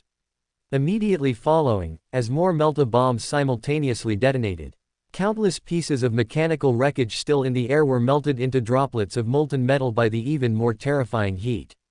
These droplets scattered and sprayed outwards in all directions, like a celestial maiden scattering flowers. A large amount of this molten metal was repeatedly compressed against Rorschach's adamantium power armor by the surging, expanding shockwaves. It almost completely encased his towering form, turning him into a humanoid figure of solidified lava, radiating intense heat. Fortunately, the warp gate behind him, though enduring the brunt of the explosive force and impact, showed no signs of collapsing. Instead, Rorschach, who had absorbed much of the blast and shock damage and was gradually losing consciousness, was propelled forcefully backwards into the gate's interior by the sudden return of the metal 10 rings to his arms. Simultaneously, as the warp gate abruptly vanished, the circular plaza, every inch of which had been swept by the explosive shockwave and intense heat, was utterly obliterated. The seemingly endless explosive shockwave, after completely destroying the remaining matter of the Ark's power core, appeared to trigger a chain reaction with the remaining destructive power not fully released. It completely tore through the heavy metal walls of the core area, spreading and rampaging continuously throughout the interior of the Arks of Omen. At that moment, whether they were chaos cultists preparing for battle inside the Ark or operating weapon arrays, or those who hadn't tried to escape, but were instead organizing counterattack squads of Chaos Astartes, or even the many demon engines that hadn't fully reawakened, all became sacrifices utterly annihilated by the explosive shockwave and searing heat. And within this earth-shattering environment, many loyal Astartes who had survived the intense fighting seemed to sense the disappearance of their Primarch. Without hesitation, they activated the detonation devices on more melt-a-bombs in their gauntlets. In an instant, this massive Ark of Omen, located in the frigid void of near-Earth orbit around the Forge world, first experienced the sudden silencing of its many roaring weapon arrays. Then, due to the countless bursts of explosive fire erupting from within, it completely collapsed and shattered before the very eyes of the human fleets. At this moment, on the surface of the Forge world, those fighting behind cover subconsciously looked up at the crimson night sky. Looking out, the Ark of Omen, a behemoth the size of a moon, had fallen into a state of self-destruction. However, before the morale-boosted masses of mortal soldiers and Astartes could launch a final extermination of the Chaos Cultist ground forces. Buzzing. Above a cratered area on the edge of the battlefield, blue energy barriers suddenly materialized. The next second, the Astartes boarding party, now numbering only 44, and Redditus, piloting the mini-Night Titan, swiftly appeared in the polluted air, their towering figures bearing the scars of battle. Thump, thump, thump. Tiberius, with shredded flesh and blood coating the lightning claws on his hands, slowly approached the others, his massive form driven by his ancient Terminator armor. He shifted his metal helmet slightly. His gaze swept quickly across the many figures before him through his lenses. After a moment of silence, Tiberius suddenly asked in a low voice, "Tell me, where is the Primarch?" Chapter Master, we all scattered the moment we boarded, but according to the Astartes who were constantly with the Primarch, he seemed to have faced a Chaos champion and had them leave the battlefield ahead of time. And judging from the situation of the recent explosion, it seems that the Primarch took the initiative to destroy the core of that giant warship, which allowed us to seize the opportunity to detonate more melta bombs, otherwise this boarding action would not have ended so easily. However, before we left, the Primarch was not within the maximum coverage range of the teleportation barrier, and I cannot currently locate the life signals emanating from inside his power armor. At that moment, Reditus, lifting his silver adamantium skull mask, spoke slowly towards the chapter master. However, the accelerated flashing of the red light in his deep eye sockets completely betrayed his incredibly anxious and terrible mood. Boom! Just then, Tiberius, abruptly stepping forward in his ancient Terminator armor, swiftly raised a thick arm, almost grabbing the Carcharodon's third company captain standing next to the Raven Guard. So, in a mere boarding action, you incompetent fools have lost the Primarch. What did I tell you a long time ago? To protect the Primarch with your lives. What use are you to me now? The next second, Tiberius, with his terrifying aura fully unleashed from his massive form, abruptly raised a lightning claw shimmering with the azure light of a disruption field, the extremely sharp claws falling heavily towards the throat of the Carcharodon's captain, who was being forcefully choked, intending to execute the unarguing captain on the spot. Bang! However, Reditus, reacting swiftly, immediately manipulated the Mini-Knight Titan to extend a mechanical arm forward at high speed, forcibly stopping Tiberius' murderous action.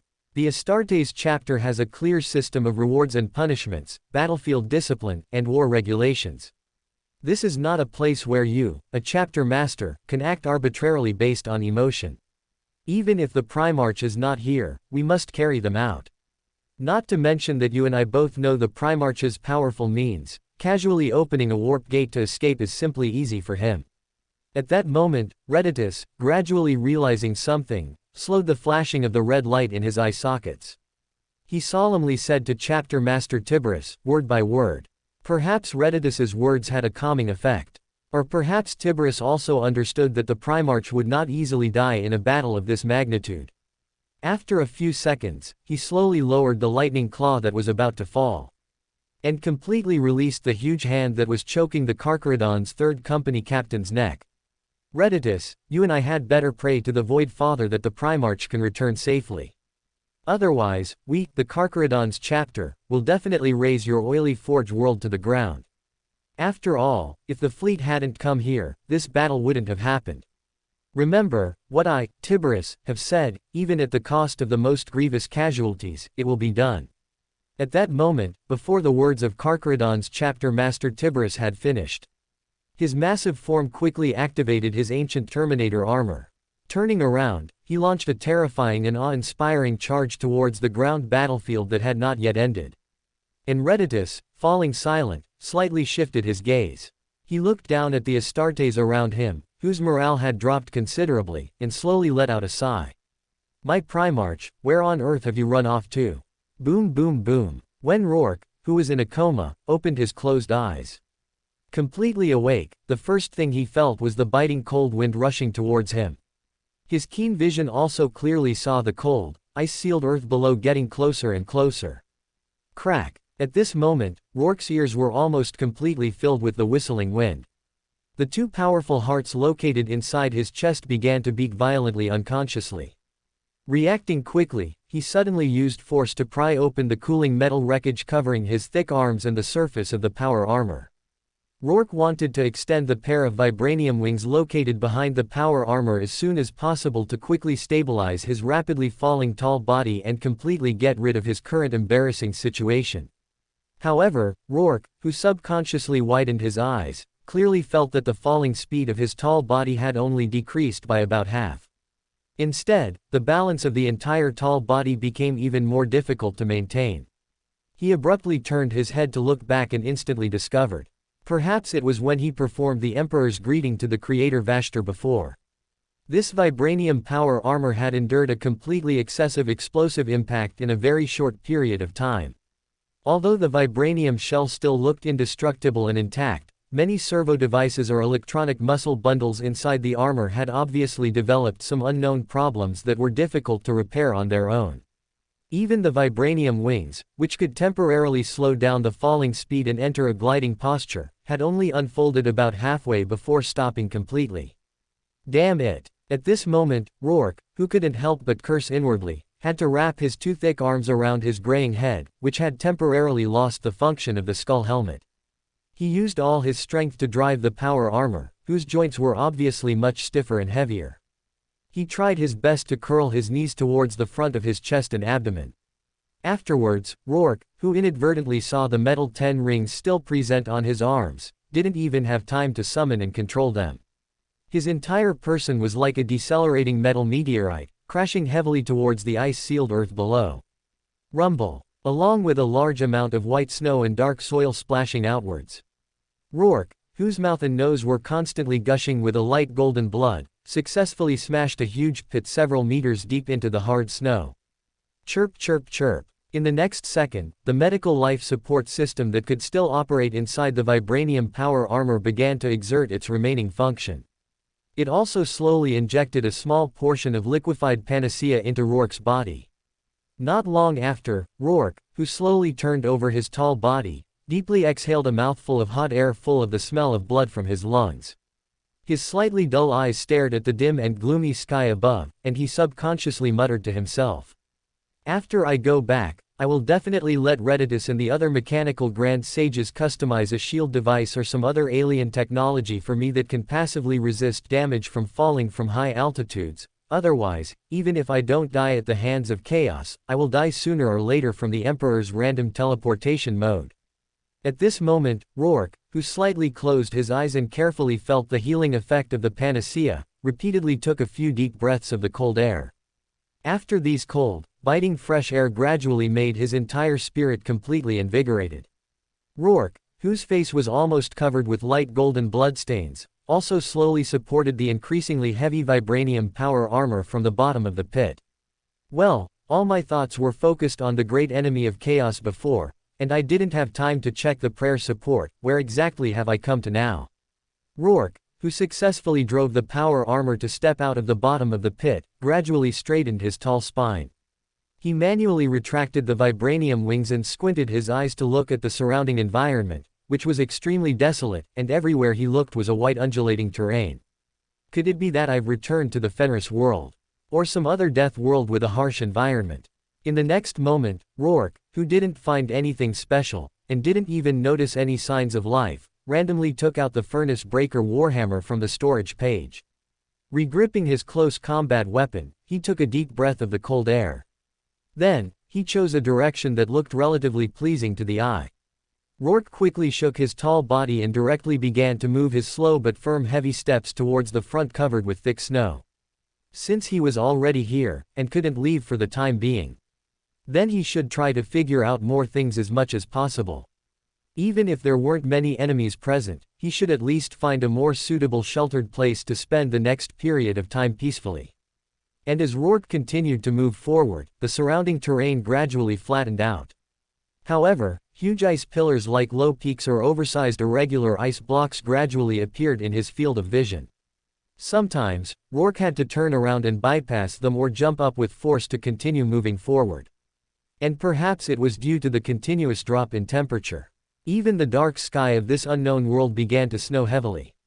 One by one, palm-sized cold snowflakes, wrapped in the biting cold wind, constantly passed the vibranium shell of the power armor, making countless subtle sounds.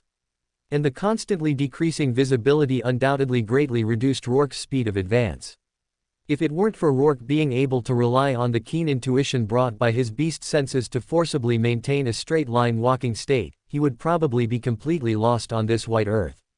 Chirp chirp chirp. At this moment, because the top of his graying head was covered with unmelted snowflakes and droplets of water that had turned into ice particles, Rourke, who was planning to find a cloak from the storage page to shield himself from the biting wind and snow, abruptly stopped his constantly moving magnetic boots. Wait, is there something wrong with my sense of smell? Why do I feel that the cold wind blowing towards me is mixed with a special stench belonging to chaos demons? A Khorne bloodletter? Or a Nurgle plaguebearer? Or both? In the next moment, Rourke couldn't help but twitch his nose a few times. His entire mental state quickly became vigilant. With an indifferent expression, he quickly found a pure white wolf skin cloak from the storage page. He backhanded it over the vibranium power armor and his head covered with snowflakes. Then, Rourke, who was regripping the furnace breaker warhammer in his palm, carefully judged the direction and distance of the chaos demons through his keen sense of smell. He drove this vibranium power armor, which had almost lost its power assist function. His entire person quickly transformed into a wisp of dark shadow, used continuous shadow steps, and launched a rapid sprint towards a certain direction. Chi. A wisp of dark shadow swiftly pierced through the endless, fierce wind and snow, heavily landing. Two heavy magnetic boots, gleaming with a faint golden luster, sank deeply into the even thicker snow. And Luo Sha, who had just revealed his tall figure, exhaled a mouthful of hot air that dissipated with the wind. Raising his hand to tug at his wolf skin hood, he subconsciously narrowed his eyes. His gaze swept back and forth across the uneven terrain in the distance, which seemed to be covered by even more snow. As far as the eye could see, several towering mining equipment, tens of meters high but long abandoned, still stood faintly within this frozen land. However, perhaps because they were abandoned too long ago, most of them had already been buried by the wind and snow that accumulated over the years, or had fallen into the depths of dark crevices. The next moment, Luo Sha, taking a deep breath, clenched the Forgebane warhammer in his palm. He silently activated the slowing down adamantium power armor, and slowly groped forward. Judging from the situation observed from the periphery, this seemed to be a mining outpost that had been abandoned for a long time. However, the fierce cold wind that constantly blew across Luo Sha's bronze face, the strong stench of chaos warp energy and the vague low roars of demons also made him understand that this was definitely not a friendly place. Sure enough, when Luo Sha in stealth mode arrived behind a huge ice block, and carefully reconnoitered and peered into the interior of the mining outpost, he immediately saw in the environment of flying wind and snow, on a scarlet snowfield, there were dozens of Khorne bloodletters, and a huge Nurgle beast curled up under a crashed land speeder, fiddling back and forth with a tattered corpse in its foul embrace. And around those berserk bloodletters wielding hellblades and darting back and forth, Astartes' corpses, their limbs stiff and broken, having lost their vital signs long ago, were also clearly present within Luo Sha's field of vision. If I'm not mistaken, that seems to be power armor with red paint. Could it be the Blood Angels or their successor chapters?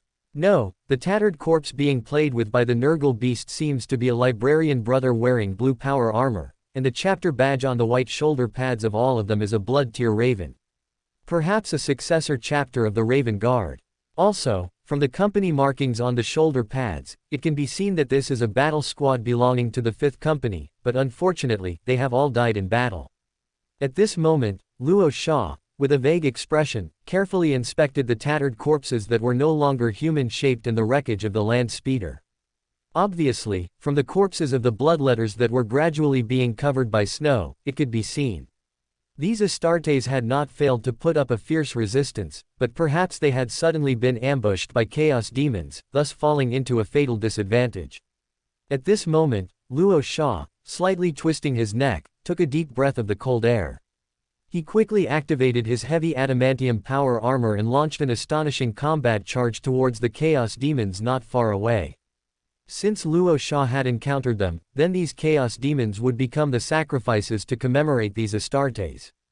Roar! In an instant, accompanied by the heavy footsteps of Luo Sha no longer concealing himself. Whether it was a bloodletter or a Nurgle beast, they immediately discovered the tall figure rushing forward. They immediately let out a burst of excited roars, one after another. However, even though the power amplification of the adamantium power armor had lost most of its effect, and the reaction speed of the servo motors had also decreased a lot. But the Primarch of today is not someone that a mere dozens of chaos demons can easily stop. Rumbling. A low, thunderous sound suddenly echoed all around. The Forgebane warhammer, tightly gripped in Luo Sha's palm, suddenly bloomed with strands of terrifying lightning that leapt everywhere, also completely illuminating the sky full of wind and snow. The next second, the heavy hammerhead, which had suddenly cut through snowflakes, had heavily landed on a bloodletter that was rushing in the forefront, brandishing its claws. Before the other party could subconsciously wave its hellblade, The terrifying power from the Forgebane Warhammer directly shattered the other party into fragments of flesh and blood flying all over the sky. Buzz buzz buzz. At the same time, Luo Shah's other palm suddenly raised forward. 5 buzzing metal rings also rapidly detached from that thick arm. Like cannonballs just out of the barrel, they rapidly bombarded the huge Nurgle beast that was launching a terrifying charge. Immediately afterwards, Luo Shah, reacting quickly, waved the lightning serpent-entwined Forgebane Warhammer back and forth. Once again, he smashed 7 or 8 bloodletters that were pouncing head-on in half, also leaving behind a clear trail of lightning in the cold air where the wind and snow were fluttering. Dong dong dong. Luo Shah, entering a killing state, suddenly stepped forward, the white cloak on the surface of his tall body fluttering in the wind. A huge hand that was rapidly descending had already drawn out the Melta weapon, Heart of the Forge, that was ready to be fired from his waist, and then unhesitatingly pulled the trigger. Pung pung pung. In an instant, scorching blue plasma spheres constantly surged and spurted out from the depths of the muzzle. Melting a large amount of ice and snow around, it also bombarded the bloodletters that were surging forward in a swarm. And the bloodletters who were waving their hellblades back and forth, trying to launch an attack, were instantly completely enveloped by the spreading plasma tide. Many bloodletters were evaporated into wisps of ashes by the scorching plasma on the spot, completely disappearing into the cold air. However, at this moment, before Luo Shah, who had restowed the heart of the forge, could focus his attention on the Nurgle beast, which was obviously a greater threat. Chi chi chi. A streak of orange-red sniper beams swiftly traversed the mid-air where a large amount of wind and snow were dancing. It hit the huge Nurgle beast that was entangled with several metal rings with incomparable precision, blasting apart one of the other party's swollen eyes. Buzz buzz buzz. The next second, along with bursts of crackling sounds and intense warp energy fluctuations from psychic lightning. A librarian, holding a two-handed power staff in his palm and wearing blue-painted power armor, quickly rushed out of the hidden position he had been hiding in earlier. Only to see the other party, who seemed to have suffered serious injuries, constantly vomiting a large amount of steaming scarlet blood from his mouth. While trying his best to raise a palm, releasing a continuous stream of psychic spells towards the bloodletters that remained from the plasma tide. Cyrus, if you don't come out, I'm going to meet the Emperor soon. At this moment, the librarian, whose face was becoming increasingly pale, seemed unable to hold on for much longer. He shouted loudly towards the direction behind him with a hoarse voice. And just as the other party's voice had not yet fallen, a tall figure, wearing only a set of scout armor, rushed towards the center of the battlefield with a Melta bomb that had just been modified in his hand. Hey, stranger Astartes brother, knowledge is power, don't stand there dumbfounded, my little darling that I personally concocted is about to explode. For more thrilling fanfiction stories like this, check out my channel Fanfic audiobook. Dive into epic adventures, mysterious realms, and legendary journeys brought to life through immersive storytelling. Don't forget to like, share, and subscribe for more amazing audiobooks.